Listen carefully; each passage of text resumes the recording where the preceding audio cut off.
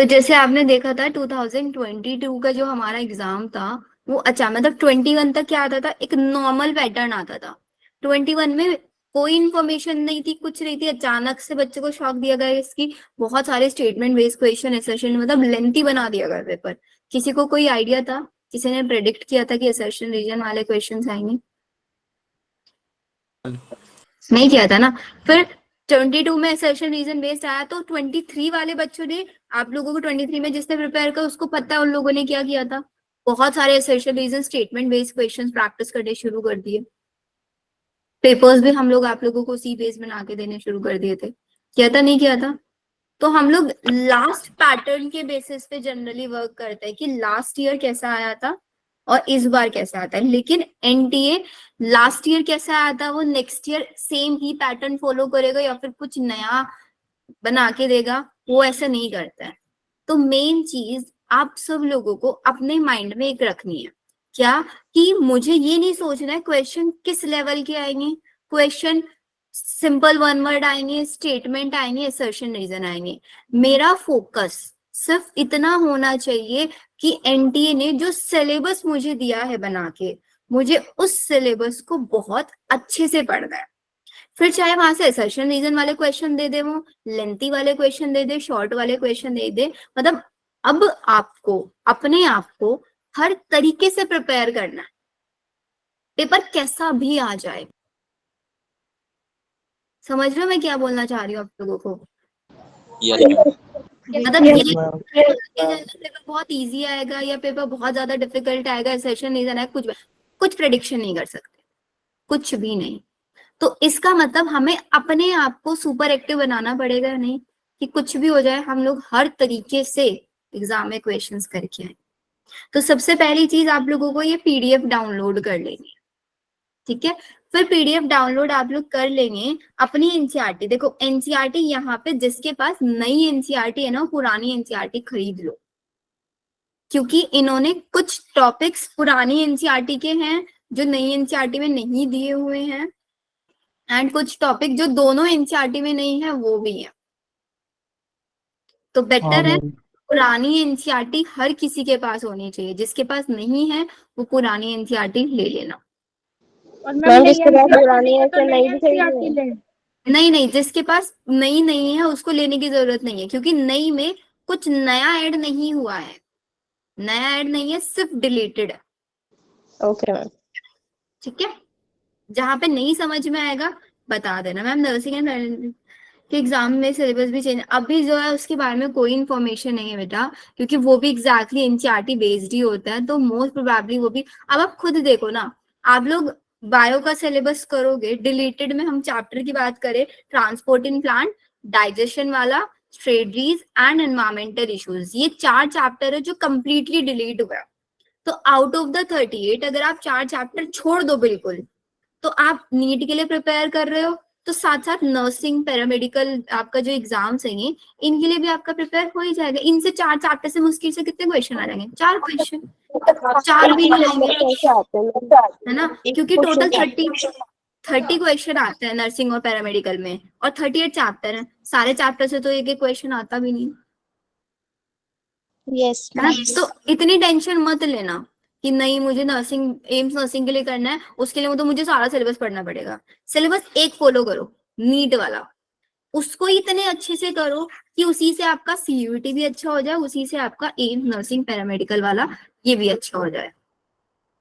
ठीक है, okay ma'am. चलो। अब अगर आप लोग टॉपिक्स के बारे में देखेंगे ना, तो हमारा जो लिविंग वर्ल्ड चैप्टर है, लिविंग वर्ल्ड चैप्टर में अगर आप अपनी बुक खोल के देखेंगे, उसके एंड वाले टॉपिक्स जो है हमारे, वो कीज वगैरह ये सब डिलीट कर दिया है। टेक्सोनॉमिकल एड्स,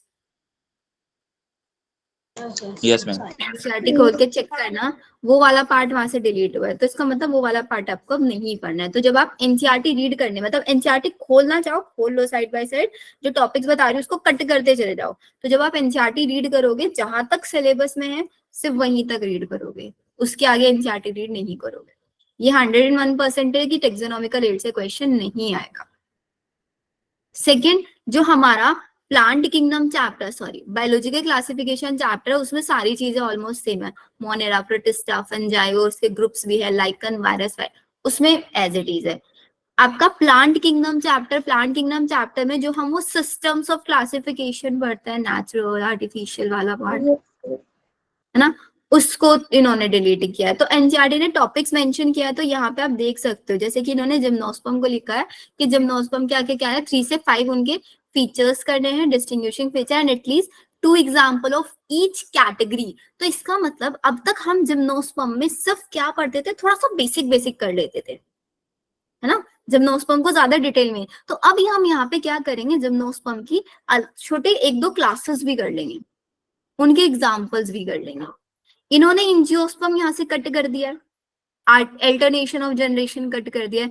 एंजियोस्पर्म हम लोगों को पता है, हम लोग 12th में पढ़ ही लेते हैं, तो उसका तो हम लोगों को ज्यादा टेंशन लेना नहीं है। टेंशन अब तक क्या है, जिम्नोस्पर्म को हम डिटेल में करेंगे, कहीं लिखना चाहो उसको लिख लो, मैं आप लोगों को क्लास में खुद कराऊंगी ये सारी चीजें। Animal kingdom as it is है, कोई चेंज नहीं है हमारे एनिमल किंगडम में। इन्होंने बोला कि 3 से 5 हर एक फाइलम के आपको फीचर्स करने हैं, और एटलीस्ट उनके 2-2 एग्जाम्पल। अब एग्जाम्पल तो उन्होंने बहुत सारे दे रखे हैं, बच्चे ये मत सोचना कि 2 एग्जाम्पल कर ले कोई से भी, कि 2-2 एग्जाम्पल तो आने ही चाहिए। एग्जाम्पल सारे करने, एनिमल किंगडम जैसे अब तक पढ़ता है ऐसे ही पढ़ना है हम लोगों को। अब तक चेंज सिर्फ और सिर्फ जिम्नोस्पर्म का हम कंसिडर करके चले। नेक्स्ट वी हैव मॉर्फोलॉजी वाला चैप्टर। अब मैं आप लोगों को क्यों बोल रही थी पुरानी एनसीईआरटी लेनी है, उसका रीजन कि भाई नई एनसीईआरटी में ना मॉडिफिकेशन नहीं दिया हुआ है टाइम का मॉडि, और मैंने आप लोगों को पढ़ाया है मॉडिफिकेशन, पढ़ा दिया था ना। नई में नहीं है। अब अगर आप लोग नई एनसीईआरटी को फॉलो करोगे तो मॉडिफिकेशन कहाँ से करोगे, तो इसलिए पुरानी एनसीईआरटी करनी है। पुरानी में आप लोगों को मॉर्फोलॉजी, उनका मॉडिफिकेशन, ये सारी चीजें आप लोगों को यहाँ पे करके चलनी है। बाकी वही सारी चीजें रूट स्टेम लीफ ये सब कुछ।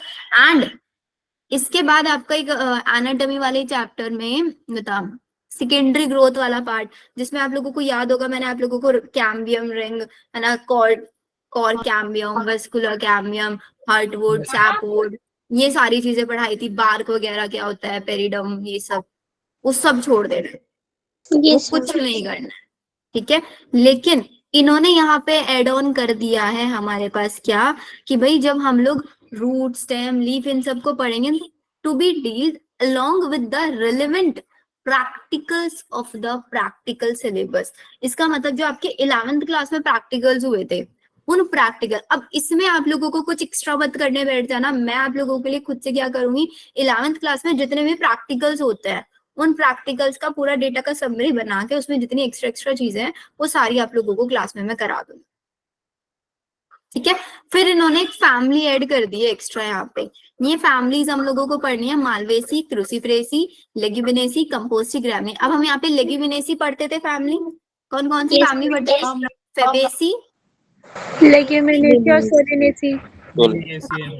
तो अब हमें यहाँ पे 2-3 फैमिलीज एक्स्ट्रा पढ़नी है, उसके लिए हम लोग एक्स्ट्रा क्लास लेके इसको, इस वाले पार्ट को कवर अप कर लेंगे। मैम 11th की ओल्ड एनसीईआरटी है बट 12th की न्यू एनसीईआरटी है, चलेगा। 12th की न्यू एनसीईआरटी है, हाँ 12th की न्यू एनसीईआरटी है, वो चलेगा, क्योंकि उसमें टॉपिक्स डिलीट नहीं है, उसमें पूरा चैप्टर ही डिलीट है, डायरेक्टली 2 चैप्टर डिलीटेड है, स्ट्रेटजीज वाला एंड आपका जो second one environmental issue. 3 chapter delete है, रिप्रोडक्शन इन ऑर्गेनिज्म भी, राइट राइट, ठीक है। तो ये वाला पूरा पार्ट कर लोगे। फिर एनिमल टिश्यूज वाले पार्ट में ये क्या बोलते हैं, देखो एनिमल टिश्यूज आपको करने हैं, जो कि आप लोग देखेंगे एनिमल टिश्यूज नई एनसीईआरटी में नहीं दिए हुए हैं ना शायद, या नई एनसीईआरटी में सिर्फ एनिमल टिश्यूज दिए हुए हैं, या फ्रॉग्स दिए हुए हैं, एनिमल टिश्यू है मैं फ्रॉग है बस में, और फ्रॉग होगा, तो वही आपको करना है। अब फ्रॉग में इन्होंने बोला है कि फ्रॉग में आप उसकी मॉर्फोलॉजी, एनाटॉमी और उसके सिस्टम्स के बारे में, जब हम लोगों ने पढ़ा था हम लोगों ने कॉकरोच को डिटेल में कर लिया था, तो जितना डिटेल में हमने कॉकरोच करा था ना उतना डिटेल में हम लोग फ्रॉग को लेके चलेंगे, ठीक है। मैम कॉकरोच नहीं करेंगे ना? नहीं, अब हम कॉकरोच नहीं पढ़ेंगे, यस मैम। ठीक है। कॉकरोच अब हम लोगों को नहीं करना है, उसका ब्रीफ अकाउंट ये बोलते हैं कि सिर्फ आप लोगों को ब्रीफ अकाउंट इसका करना है, तो ये भी आप लोगों को खुद से कुछ नहीं करना है, ये भी मैं आप लोगों को खुद कराऊंगी। फिर cell the unit of life chapter है, पूरा का पूरा चैप्टर जितना करा रखा है एज इट इज आएगा। जो हमारा बायोमोलिक्यूल्स वाला चैप्टर है वो भी एज इट इज आएगा, उसमें एक आप मैच करोगे ना जब इन टॉपिक्स को, एक टॉपिक से छोटा बहुत छोटिकल सा टॉपिक है वो कट कर रखा है, उसमें से ज्यादा क्वेश्चन बनते भी नहीं है। बाकी सेल डिवीजन वाला चैप्टर एज इट इज है, इसमें कोई चेंजेस नहीं आएगा।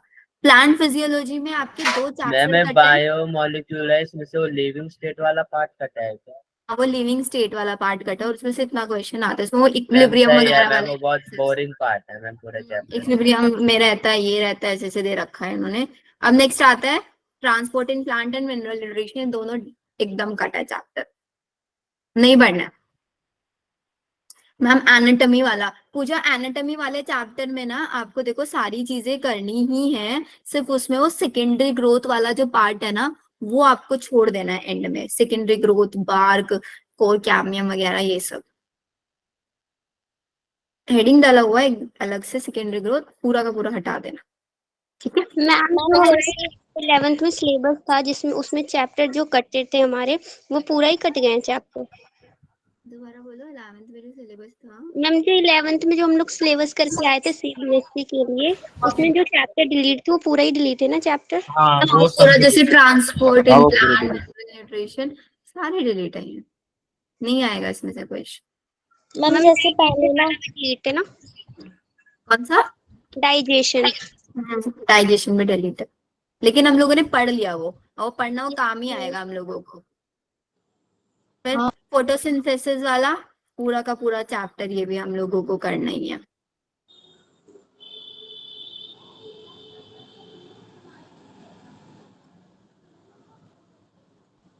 अब कर ही लोगे। फिर रेस्पिरेशन वाला ये भी पूरा चैप्टर करना है।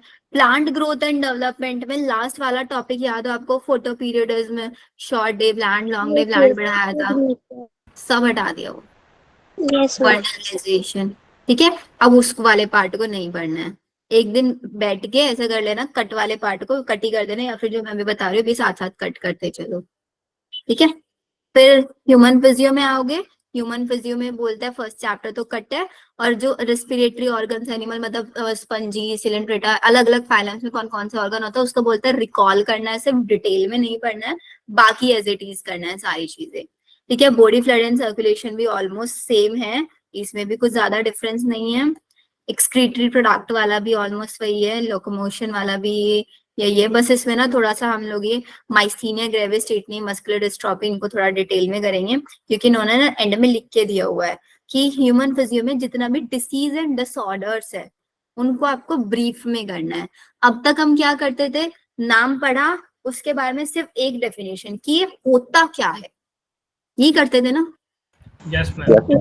है ना। लेकिन अब इसको थोड़ा सा हम डिटेल में कर लेंगे, ये वाली चीज इन्होंने बहुत अच्छी की है, क्योंकि आगे जाके आपको हेल्प भी करेगी बहुत, एमबीबीएस करोगे जहाँ पे भी ये हेल्प करेगी। तो इसके लिए हम लोग क्या करेंगे, इसके लिए अभी आपको कुछ नहीं करना है, पहले हम पूरा ह्यूमन फिजियो निपटा लेंगे। पूरा ह्यूमन फिजियो फिनिश करने के बाद एक साथ सारे चैप्टर के सारे डिसऑर्डर्स मैं आपको डिटेल में कराऊंगी, 1 वीक लगा के सारे डिसऑर्डर्स को डिटेल में हम लोग कर लेंगे, ठीक है, ताकि आप लोगों के पास सारे डिसऑर्डर्स के एक अलग से नोट्स बन जाए जो आप लोगों के आगे भी हेल्पफुल रहे। उसके लिए हम ऐसा करेंगे। यहाँ तक किसी को कोई doubt? Ma'am sensory organ delete है ना, क्या बता? Sensory organs. कौन से वाले सेंसरी ऑर्गन्स? अच्छा न्यूरल का, हाँ अच्छा हाँ वो तो न्यूरल, करना इसमें है। सेंसरी, एग्जैक्टली सेंसरी ऑर्गन्स में आपके रिलेटेड है, eyes, ears, nose. Yes ma'am ma'am वो तो हमने कर लिया था मैम क्लास में। वो भी कर लिया हमने। वो सब हमने कर लिया, 1 महीना पहले दे देते हमारी कितनी मेहनत बच जाती। यस मैम उसके हम अलावा लोगों हाँ मैम, वो डिलीट कर लिया जो कट वही चुका कर है। लिया हमने। हम लोगों ने मैम अब बस मैम हमारे तो 2-3 ही चैप्टर बचे थे, फिर तो पूरी खत्म ही थी हमारी। हमारा देखो कितना बचा ना ड्रॉप वाले मैम बच्चों के साथ, केमिस्ट्री में तो 9 चैप्टर डिलीट हो गए मैम सीधा। एंड हाँ ड्रॉप मैम, वाले 9, बच्चों 10। के साथ ऐसा हुआ कि उनका पी ब्लॉक 1 महीने से चल रहा था, पूरा चैप्टर उड़ा दिया, 1 महीने की मेहनत। लोग तो आ रहे हैं। यस मैम सी कम आ रहा है, ब्लॉक तो पूरा आ रहा है। 90% उड़ा दिया। आ रहा है पी ब्लॉक? पूरा आ रहा है मैम, एस ब्लॉक पूरा हटा आ रहा है आपकी ब्लॉक। 90 ब्लॉक पूरा उड़ा दिया वो। मैम, एस ब्लॉक हट एक गया। चैप्टर हटाया है जिसके बारे में टीचर्स ने मुझे बताया कि हम 1 महीने से चल रहा था वो।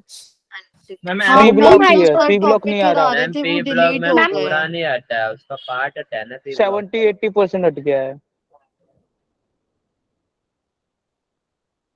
ये चीजें तो आपको ही पता होंगी कितना कितना हटा है, तो उस चीज को ना एक बार टीचर्स से जरूर, मतलब अभी जब भी आपका क्लास होगा ना 12th वाले या ड्रॉपर वाले, एक बार टीचर से डिस्कस कर लेना कि किस वाले पार्ट के अंदर कितना पढ़ना है। हो सकता है कि पूरा चैप्टर डिलीट कर दिया गया है, लेकिन फिर भी आपको उसका बेसिक पढ़ना जरूरी है, ऐसे Yes, कर ma'am. लेना।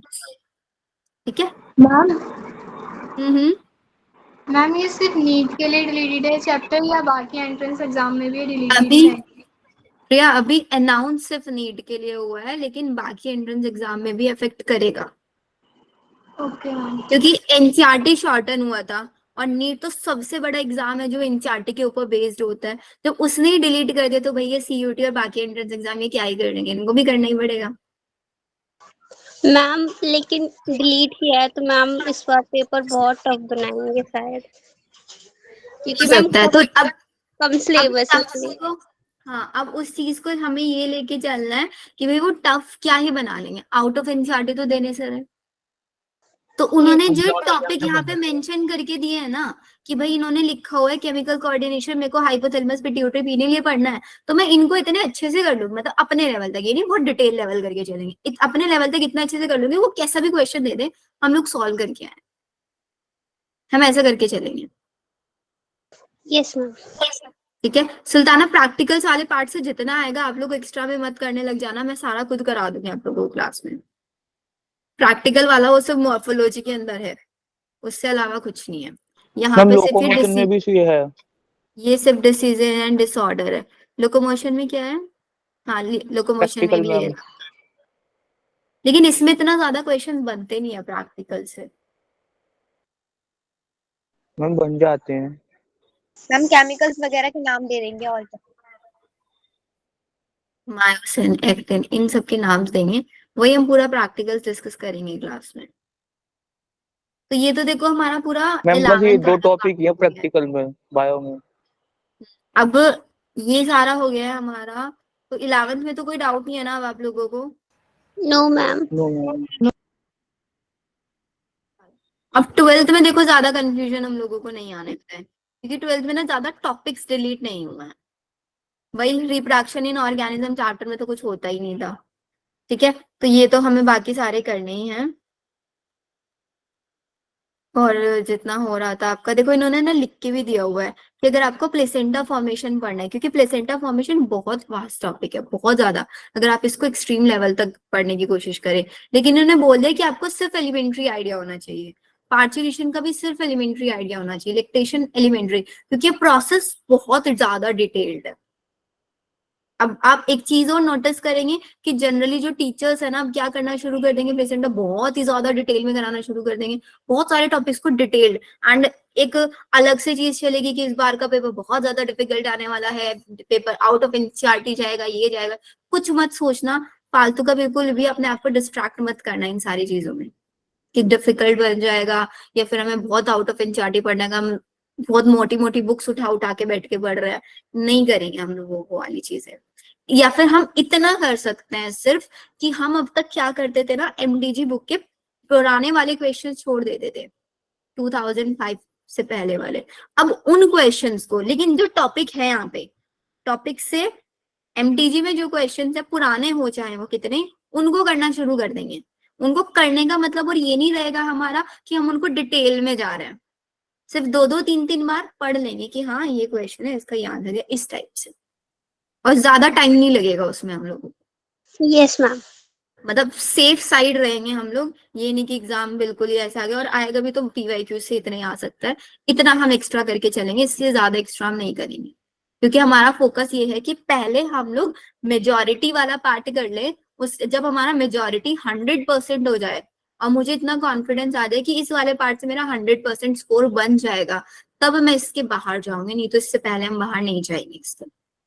ठीक है, microscopic anatomy of testis and ovary कुछ अलग पढ़ना है कौन से वाला? मैम? ह्यूमन रिप्रोडक्शन में नहीं नहीं नहीं, इसमें टेस्टिस और ओवरी का ना सिर्फ आपको एनाटॉमी पढ़ना है, और वो तो हम पढ़ते ही हैं ऑलरेडी,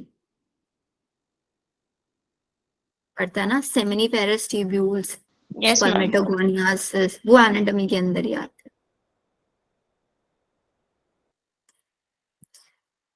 ठीक है, जेनेटिक्स ऑलमोस्ट वही है सारा, इसमें आप देख लेना, chromosomal theory, chromosome, gene, 6 determination, birds, honeybee, linkage, crossing over, पीलिया, colour blindness, Mendelian disorder, thalassemia, chromosomal disorder में डाउन सिंड्रोम, टर्नर, इसको तो हमने डिटेल में कर ही रखा है, इससे ज्यादा ही चीजें इवन कर रखी है। मॉलिकुलर बेसिस में वही है आपका डीएनए आरएनए की स्ट्रक्चर, और सर्च में आपका वही एक्सपेरिमेंट्स आ जाएंगे, ग्रिफिथ और हार्शे वाला, सेंट्रल डॉगमा, ट्रांसक्रिप्शन जेनेटिक सब वही है, इवोल्यूशन भी आपका पूरा का पूरा वही है, बायोलॉजी में आपका human health and disease as it is है, कोई चेंज नहीं है इसके अंदर भी, माइक्रोब्स वाला भी एज इट इज है, बायोटेक के दोनों चैप्टर सेम है, इकोलॉजी में सिर्फ हम लोगों को 3 चैप्टर करना है, एनवायरमेंटल इश्यूज वाला चैप्टर छोड़ देना है। मैम इसमें से तो कुछ कटा है शायद। कौन से वाला? मैम ऑर्गेनाइजेशन एंड पॉपुलेशन में से कटा है। उसमें वो वाला कटा होगा जो आपका लास्ट ईयर भी नहीं था, पॉपुलेशन वाला पार्ट। एक सेकेंड, पॉपुलेशन नहीं, मैम पॉपुलेशन चिकनगुनिया दो ऐड हुआ है point कटे शायद थे। ह्यूमन हेल्थ में। हाँ डेंगू ये ऐड हुआ है, डेंगू और वो चिकनगुनिया। चिकनगुनिया ऐड हुआ। चिकनगुनिया के बारे में थोड़ा थोड़ा आइडिया तो हम लोगों ने पढ़ा ही है गाइस। चिकनगुनिया वायरस लिखवाया था ना शायद मैंने आपको नोट्स में। हाँ मैम लिखवाया था चिकनगुनिया और डेंगू दोनों के बारे में। और जितने भी एक्स्ट्रा एडेड टॉपिक्स है ना यहाँ पे, उनकी मैं एक अलग से लिस्ट बना दूंगी आप लोगों के लिए, ठीक है? अलग से लिस्ट बना के, ताकि आप लोगों को आइडिया हो जाएगा, उसके अलग से चाहोगे अलग से नोट बना लेना, ऐसा कर लेना, यस मैम। Yes ma'am. है ना? ये इजी रह जाएगा आप लोगों के लिए। बायोडाइवर्सिटी में आप देखोगे hotspots, endangered animals, extinction and वही है ऑलमोस्ट, इसमें कुछ ज्यादा चेंजेस नहीं है। यहाँ पे इकोसिस्टम में आप वो देख रहे हो, सक्सेशन वाला पार्ट नहीं है I guess, primary succession, secondary succession, हमें जब कह रहा था कुछ बात कटे हैं इसमें भी। मार्शमेलो स्टेजेस वगैरह वो सब नहीं है इसमें, नहीं एनसीईआरटी फॉलो हो जाएगी 100%। Yes ma'am. हाँ मैम पूरी नई एनसीईआरटी फॉलो हुई है इसमें, पुराने सिलेबस से मिला के देखोगे तो बिल्कुल ही अलग है। मैम लेकिन फिजिक्स में तो बहुत गड़बड़ कर दी, क्योंकि फिजिक्स के इतने टॉपिक हटा रखे हैं चैप्टर से, फिर कैसे करेंगे, उसको पूरा करना पड़ेगा। चैप्टर के अंदर से टॉपिक हटा रखा है तो सिंपली यार टॉपिक्स तो उनको कट करते चले जाओ एनसीईआरटी पे। बट मैम उसमें ना पर पीछे मैम पास जो लिख तो रहा टॉपिक है ना बिल्कुल हटाए ना वो दूसरे वो चैप्टर related। से रिलेट करते हैं। यस ये पढ़ो उनको, फिर तो नहीं। पढ़ो। मैम इन लोगों ने मारा तो बहुत बुरा मारा। हाँ मैम एक का एक करा है इन्होंने। मैम एडेप्टेशन नहीं करना है बेटा, इस पीडीएफ को सेव करके रखना अपने पास, इसको स्टार मार्क करके रखना, कोई भी चैप्टर जब भी पढ़ने चलो इस पीडीएफ को एक बार खोल के देख लेना, 1 महीना करोगे रट जाएगी आपको ये टॉपिक्स भी, कौन सा आ रहा है कौन सा नहीं आ रहा है। मैम ये पीडीएफ आप ना ग्रुप में सेंड कर देना। हाँ, ये तो सेंड मैम है मैंने तो प्रिंट आउट निकाल लिया है इसका। मैम आप मैम वो नीट एस्पिरेंट वाले में कर देना सेंड। ठीक है उसमें कर दो। मैम डिफिकल्ट पेपर जैसे 2019 तक आता था। 19 तक डिफिकल्ट का कैसे रहता था कि वहां पे आउट ऑफ एनसीईआरटी क्वेश्चंस का वेटेज थोड़ा ज्यादा रहता था, उस वे में हम उसको इस बार डिफिकल्ट मान एनसीईआरटी से आएगा। मत बोल नहीं सकते ऐसा कुछ एनसीईआरटी से आएगा, क्योंकि आपको पता है कि एनडीए को ना आदत है थोड़ा बच्चों को शौक देने की। लेकिन एनसीईआरटी अब आप खुद देखो ना, आउट ऑफ एनसीईआरटी आएगा तो कितना आएगा, मैक्स 10% आ जाएगा, उससे ज्यादा तो नहीं दे सकते हो। मैम तो कट ऑफ जब भी तो हमारा लो ही जाएगी अगर डिफिकल्ट आएगा तो। 90%, जब हमारा 90% बिल्कुल श्योर हो जाए ना, जब आप एनसीईआरटी से कर करके इतना थक जाओ कि भाई एक भी क्वेश्चन मेरा गलत नहीं हो रहा है, तब आउट ऑफ एनसीईआरटी जाना। पहले ही मत लेके बैठ जाना कि आउट ऑफ एनसीईआरटी पढ़ रहे हो एलएन की अकाद, बिकॉज अब क्या होगा, अब आप लोगों का डिस्ट्रैक्शन बहुत बढ़ेगा, बहुत ज्यादा डिस्ट्रैक्शन इस वे में बढ़ेगा कि नई नई बुक्स ऑथर्स रिलीज करेंगे कि according to the new NDA syllabus, नए नए कोर्सेज आएंगे, नए नए मॉड्यूल्स आएंगे कि नए सिलेबस के अकॉर्डिंग अब आउट ऑफ एनसीईआरटी पढ़ना पड़ेगा, बहुत डिटेल। अब बच्चे एनसीईआरटी से डाइवर्ट होके उन मॉड्यूल्स की तरफ भागेंगे। आप लोगों को लेकिन ये नहीं करना है बिल्कुल भी, ये बच्चों का डिस्ट्रैक्शन, एंड इस वे में आप लोगों को कंपटीशन कम होगा। सीरियसली बता रही हूँ ये चीज, कंपटीशन कम हो जाएगा, क्योंकि 50% बच्चे अब मॉड्यूल्स खरीदने लगे। अब देखना within 15 to 20 days modules आ जाएंगे नए सिलेबस के अकॉर्डिंग, नए सिलेबस के अकॉर्डिंग मॉक टेस्ट वगैरह बहुत सारी चीजें आ जाएंगी, तो बच्चे एनसीईआरटी से हटके वहां चले जाएंगे, और एनटीए हो सकता है पूरा एनसीईआरटी बेस्ड पेपर बना दे, वो मॉड्यूल से दे ही ना। मैम हमें मॉक पेपर कैसे मतलब अब करना है, आप बता दो।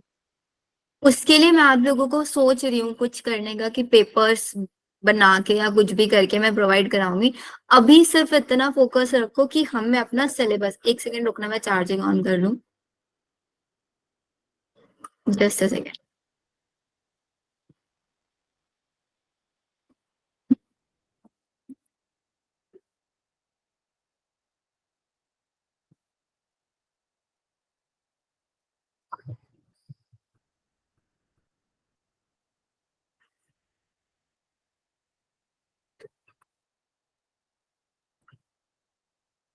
हाँ, तो देखो कुछ नहीं करना है आप लोगों को, अभी फोकस ये रखना है कि अपना दिसंबर से पहले पहले सिलेबस फिनिश कर लो। एक टारगेट रख लो 20 या 15 बायो का तो हमारा सिलेबस जो है वो 15 इज द डेडलाइन, जब सिलेबस फिनिश हो जाएगा 15 तक। 11th 12th वाले बच्चों का भी और ड्रॉपर वाले बच्चों का भी, दोनों का। बाकी फिजिक्स और केमिस्ट्री में ड्रॉपर वाले बच्चों का तो हम 100% श्योर दिसंबर एंड तक या मैक्स टू मैक्स जनवरी के 10 दिन लेंगे टीचर्स, उससे ज्यादा नहीं लेंगे। और 12th वाले बच्चों का आई डोंट नो उनका भी सिलेबस किस पेस में चल रहा है 11th और 12th का, वो आप देख लेना एक बार, ठीक है। लेकिन अभी कुछ नहीं सोचना है क्या मॉड्यूल्स हमको करना है, क्या करना है, कुछ नहीं सोचना है बिल्कुल भी। इधर उधर डाइवर्ट तो बिल्कुल भी नहीं होना है। मुझे 100% पता है, जब से सिलेबस आया होगा आप लोगों का ध्यान हट चुका होगा पढ़ाई से, पढ़ी ही नहीं पा रहे। हमने ठीक किया है। जब से 20 मैम कुछ ज्यादा चिल कर दिया मैम। मैम हम तो कर ही रहे हैं, आप बता ही दोगे, पता था इसलिए अपना कर रहे थे स्टडी। इसलिए हमने ट्यूशन नहीं दिया मैम, हमने देखा भी नहीं पीडीएफ, आप बताओगे इसलिए।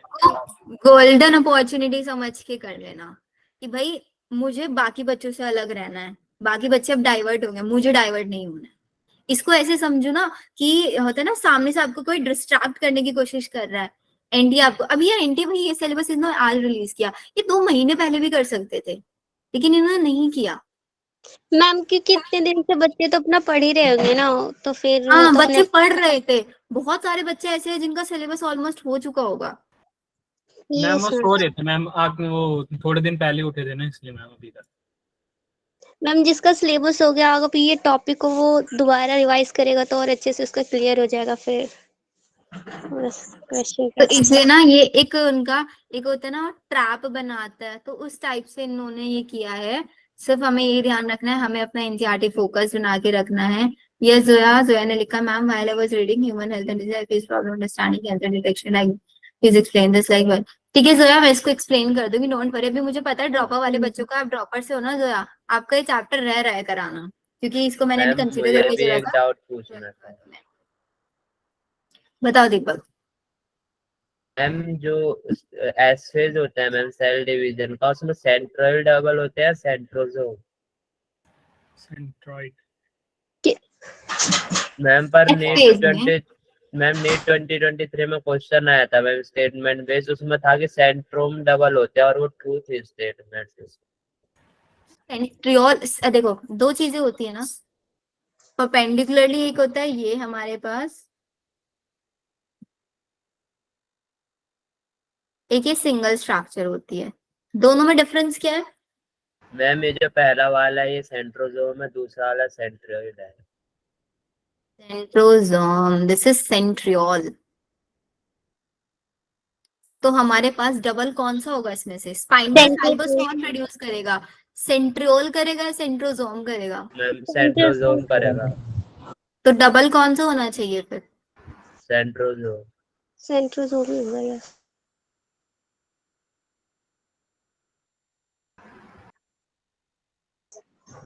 मैम पर उसमें ऐसा लिखा था कि ऑर्गेनल डुप्लीकेट होती है स्पेस के टाइम पे, तो डुप्लीकेट तो सेंट्रोइड होता होगा ना मैम, फिर ही तो सेंट्रोजोम बनता होगा।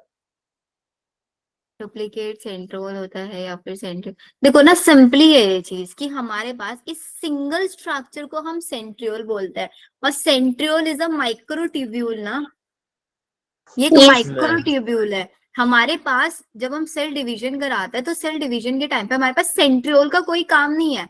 एक सिंगल सेंट्रियोल स्पाइंडल फाइबर्स नहीं बना पाएगा यहाँ पे। हमें कौन सी सेल ऑर्गेनेली की रिक्वायरमेंट होती है? सेंट्रोजोम की रिक्वायरमेंट होती है। तो सेंट्रोजोम को हम डबल कराएंगे, बिकॉज हम लोग बात करते हैं सेल ऑर्गेनलीज डबल होती हैं। सेंट्रोल इज अ माइक्रोट्यूब्यूल, वो एक ट्यूब्यूल है सिर्फ। स्केलेटन लाइक मैम समझ गया ma'am, thank you ma'am. Offline test में अगर डिलीटेड सिलेबस में से कुछ आ रहा है तो उसे प्रिपेयर करें। बेटा प्रिपेयर तो सब कुछ आप कर ही चुके होगे ना। अगर आ रहा है डिलीटेड तो अभी कर ही लेना। और वैसे मुझे नहीं लगता आ रहा है। मैं एक बार बायो का तो मुझे पता है, फिजिक्स केमिस्ट्री में मुझे चेक करना पड़ेगा। मैम केमिस्ट्री में एस ब्लॉक आ रहा है। एस ब्लॉक पूरा डिलीटेड है? यस। हाँ मैम पूरा। एक बार उसको ना फिर कंफर्म करके मैं आपको इन्फॉर्म करूंगी फिर। प्लांट किंगडम तो पूरा ही है मैम। उसमें हाँ। जिम्नोस्पर्म तो फिर देंगे ना टेस्ट में, तो पेपर बनाए थे। सिम्नोस पेपर बन चुका है, रिव्यू वगैरह सब कुछ हो चुका है, प्रिंट हो चुका है, गेस सारी चीजें हो चुकी हैं फाइन। इवन आप लोगों का टेस्ट जो है 8 अक्टूबर को ही हो जाता, लेकिन प्रॉब्लम ये था कि जो टेस्ट कंडक्ट कराने वाली टीम्स थी ना, वो सब देहरादून ही थी, इसलिए नहीं हो पाया। एंड टाइमली हम लोग पहुंच भी नहीं पा रहे थे। मैम आप आओगे टेस्ट में? मैंने बायो का सिलेबस कंप्लीट कर लिया था टेस्ट का, मतलब जब उनका मैम कॉल फिर आया आप कौन से टेस्ट में आओगे? विल सी, मेरा ट्राई तो यही है इसी 15 वाले में आ जाऊं, बाकी उससे नेक्स्ट होगा तो देखते हैं। मैम 22 वाले में? 22 में नहीं होगा। 22 को नहीं आएंगे मैम, मैम का जन्मदिन मैम है। एक वीक आगे शिफ्ट हो गए होंगे ना मैम फिर टेस्ट तो। आगे कैसे मतलब? मैम जैसे हमारा 8 को होना था, अभी 15 को होगा, तो जो अगला होगा वो भी तो एक हफ्ते आगे शिफ्ट हो गया होगा। इसका अभी कोई आइडिया नहीं है, अभी आप खुद से मत कंसीडर करके चलना, मैं कंफर्म करके बताऊंगी। बट अभी 15 वाला है, वाज थिंकिंग कि मैं इसको आपका, अगर पेपर प्रिंट नहीं हुए हैं तो डिलीटेड वाला पार्ट नहीं रखवा के इसको मैम 22 इससे आगे जो टेस्ट होंगे उसमें डिलीटेड पार्ट तो नहीं आएगा? केमिस्ट्री में डिलीटेड पार्ट एस ब्लॉक है ना। नहीं मैम इससे आगे जो टेस्ट होंगे एफएसटी वगैरह उसमें तो नहीं हाँ आएगा हाँ, डिलीट पार्ट? नहीं नहीं नहीं, उसमें नहीं आएगा। अब से डिलीटेड पार्ट किसी में नहीं आएगा। डिलीटेड पार्ट अब से आप लोगों को कहीं नहीं मिलेगा, उसकी टेंशन नहीं लेनी है आपको। मैम अभी तो कोई मॉक टेस्ट भी नहीं करी ना फिर। अभी आप मॉक टेस्ट करें या नहीं करें, देखो अभी के लिए छोड़ दो, 10-15 दिन छोड़ दो। अभी 10-15 दिन के बाद आप लोगों को कैसे करना है कैसे नहीं करना है वो सारी चीजें मैं, बिकॉज मुझे खुद भी सारी चीजें चेक करनी पड़ेगी, मेरे लिए भी नया है ये सब कुछ। मुझे खुद पहले देखना पड़ेगा कि कौन सा करना बेस्ट होगा कौन सा नहीं बेस्ट होगा, तभी मैं आप लोगों को कोई चीज सजेस्ट कर पाऊंगी। तो अभी 10-15 दिन दो मुझे, बता मैंने दो। भी छोड़ दिए, मैं भी नहीं कर रही अभी क्वेश्चन सॉल्व। मैंने बोला मैम अभी अभी मैं रिवीजन ही कर रही हूँ। अभी सिर्फ चैप्टर पढ़ो अच्छे से, सिलेबस पढ़ो, और जो चैप्टर में से कुछ भी डिलीट नहीं हुआ है उसके पीवाईक्यूज लगाओ। Question Yes. प्रैक्टिस करना ना, पीवाईक्यू से ज्यादा क्वेश्चन प्रैक्टिस करो, ठीक है? ऐसे करके चलना। अब पढ़ ले कुछ। Yes ma'am. Yes ma'am. हाँ मैम। क्या पढ़ोगे ये बताओ? हम कुछ भी पढ़ा दो। Ma'am biotech. राधा सबने अपने फोन पे दिया था नहीं कुछ, वो वाला पार्ट हमारा न्यूरल कंट्रोल एंड कोऑर्डिनेशन में ब्रेन वाला पार्ट रहता है ना। यस मैम, ब्रेन रह रहा है मैम मैम। शायद वो आ नहीं रहा। जो आ रहा है वही नहीं किया हमने। ट्रेन तो आ रहा है। हाँ तो ब्रेन नहीं किया ना।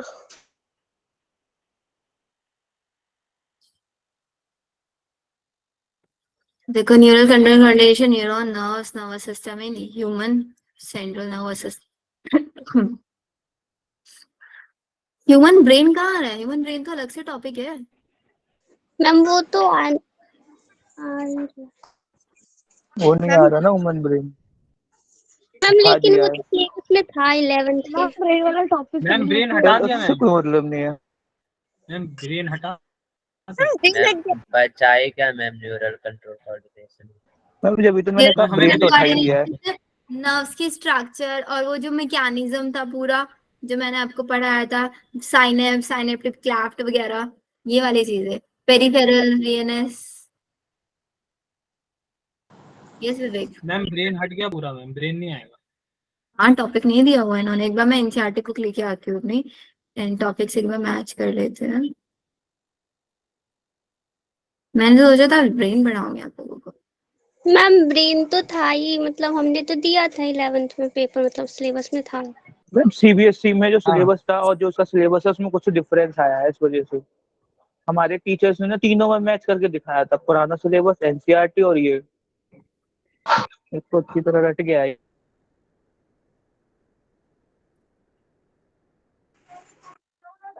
मैम ब्रेन कितनी मुश्किल से पढ़ाता है। मैम कोई बात इसमें नहीं। लिखा तो है ह्यूमन सेंट्रल नर्वस सिस्टम। हाँ वही सेंट्रल नर्वस सिस्टम इन्होंने लिखा हुआ है, एक बार ना मैं एनसीईआरटी से मैच कर लेती हूँ उसको। मैम शायद से ब्रेन होगा। होना तो चाहिए।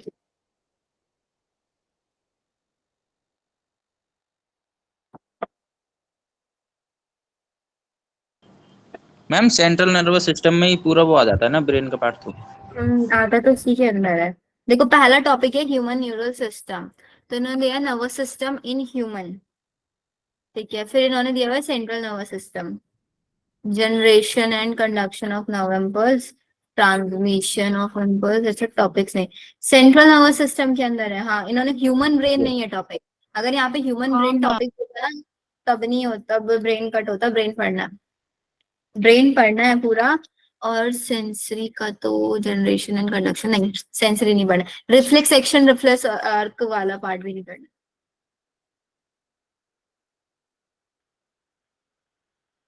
ब्रेन करेंगे हम लोग।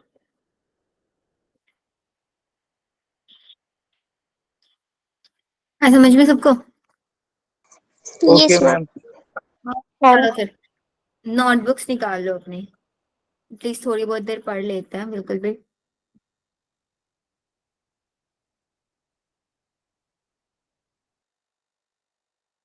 ब्लैंक नहीं छोड़ते।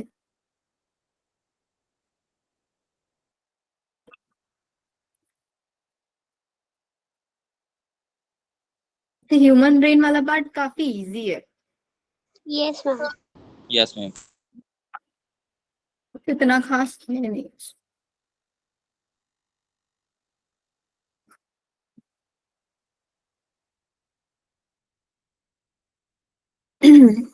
आया देखो,